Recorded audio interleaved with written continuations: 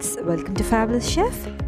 இன்னைக்கு நம்ம வீடியோல ஒரு சூப்பரான உருளைக்கிழங்கு பொடி மாஸ் எப்படி பண்றதுன்னு பார்க்கலாம். நீங்க நம்ம சேனலுக்கு புதுசா இருந்தா subscribe பட்டன் கிளிக் பண்ண மறந்துடாதீங்க. வாங்க வீடியோக்குள்ள போலாம். ஃபர்ஸ்ட் தேவையான பொருட்கள். நான் இன்னைக்கு 4 உருளைக்கிழங்கு உப்பு போட்டு வேக வச்சு எடுத்து வச்சிருக்கேன். 2 பெரிய வெங்காயத்தை பொடியா நறுக்கி எடுத்து வச்சுக்கோங்க. 2 இன்ச் அளவுக்கு இஞ்சியை பொடியா நறுக்கி வச்சுக்கோங்க. கொஞ்சம் கருவேப்பிலை பொடியா நறுக்கி எடுத்து வச்சுக்கோங்க. ஒரு பச்சை மிளகாயை நல்லா பொடியாக நறுக்கி வச்சுக்கோங்க. அது கூடவே கொஞ்சம் கொத்தமல்லி தலையும் பொடியாக நறுக்கி வச்சுக்கோங்க. ஒரு எலுமிச்சம்பழம் எடுத்துக்கோங்க. அது கூடவே பாருங்கள், நம்ம வேக வச்சு வச்சுருக்கிற அந்த உருளைக்கிழங்கை நல்லா மசிச்சு எடுத்து வச்சுக்கலாம். ஒரு ஸ்பூன் கடுகு, ஒரு ஸ்பூன் உடச்சி உளுந்து எடுத்துக்கலாம். இப்போ ஒரு வடசட்டி வச்சுக்கலாம். வடசட்டி நல்லா சூடானதும் 3 டேபிள் ஸ்பூன் அளவுக்கு எண்ணெய் சேர்த்துக்கோங்க. எண்ணெய் நல்லா சூடாகட்டும். இப்போது நம்ம எடுத்து வச்சுருக்கிற அந்த கடுகும் உடச்சி உளுந்தையும் சேர்த்துக்கலாம். கடுகு நல்லா பொரியட்டும். அதே மாதிரி அந்த உடச்சி உளுந்து நல்லா பொன்னிறமாக செவந்து வரட்டுங்க. பாருங்கள், உடச்சி உளுந்தெல்லாம் நல்லா பொன்னிறமாக செவந்து வந்துருச்சு. இந்த ஸ்டேஜில் நம்ம பொடியை நறுக்கி வச்சுருக்கிற அந்த இஞ்சியை சேர்த்துக்கலாம். இப்போ நம்ம பச்சை மிளகாயை சேர்த்துக்கலாம். பச்சை மிளகா உங்கள் காரத்துக்கு ஏற்ப நீங்கள் ஆட் பண்ணிக்கோங்க. இப்போது நம்ம பொடியை நறுக்கி வச்சுருக்கிற பெரிய வெங்காயத்தை சேர்த்துக்கலாம். அது கூடவே அந்த கருவேப்பிலையும் சேர்த்துக்கலாம்.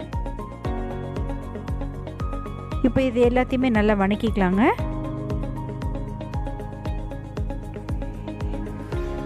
ஒரு 2 நிமிஷம் நல்லா வணக்கி விட்டுக்கோங்க.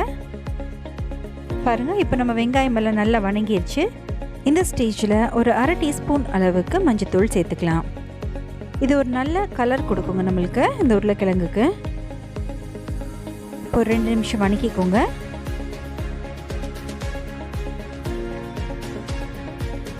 நல்லா அந்த பச்சை வாசமெல்லாம் போனதுக்கப்புறமா நம்ம மசிச்சு வச்சுருக்கிற அந்த உருளைக்கிழங்கை சேர்த்துக்கலாம்.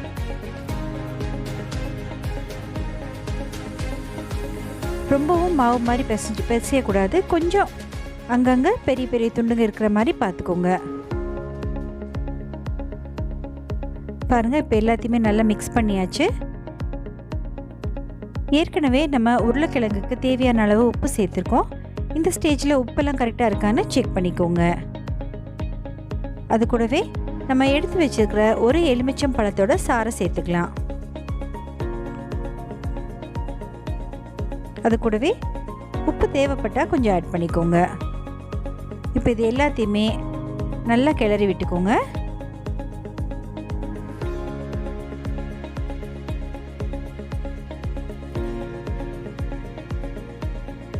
இந்த ஸ்டேஜில் நம்ம உப்பு புளிப்பு எல்லாமே கரெக்டாக இருக்கான்னு செக் பண்ணிக்கோங்க. இப்போது நம்ம பொடியை நறுக்கி வச்சிருக்கிற அந்த கொத்தமல்லி தலையை தூவி விட்டுக்கலாம்.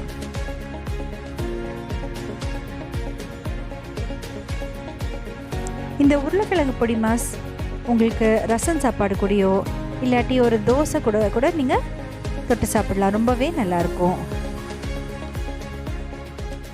எல்லாமே நல்லா சூடு வர கிளறி விட்டதுக்கப்புறமா நம்ம உருளைக்கிழங்கு பொடி மாஸ் ரெடி ஆயிடுச்சு. இதை நல்லா சூடாக சர்வ் பண்ணிடலாம். கண்டிப்பாக இந்த ரெசிபியை ட்ரை பண்ணி பாருங்கள் ஃப்ரெண்ட்ஸ்.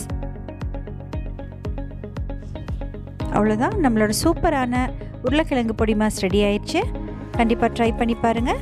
இது ஒரு ப்ரெட்டுக்கு நடுவில் ஒரு சாண்ட்விச் மாதிரி கூட நம்ம குழந்தைங்க லஞ்ச் பாக்ஸ்க்கு பண்ணி கொடுக்கலாம்.